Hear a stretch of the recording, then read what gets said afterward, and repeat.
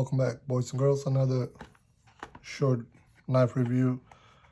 Again, Amazon Smith & Wesson Extreme OPS SWA25 7.8-inch folding knife. The blade is made out of, what is that, 7CR17 MOV black oxidized high carbon stainless steel, some whatever name. Looks nice, looks decent. I got this one for $10.99 for the price, for the money.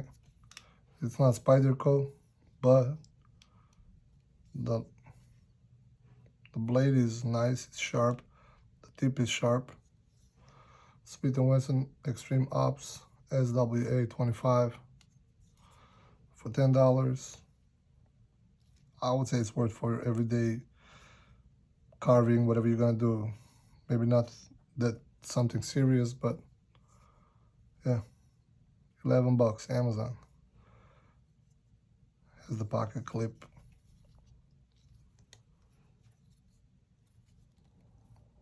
Thank you guys.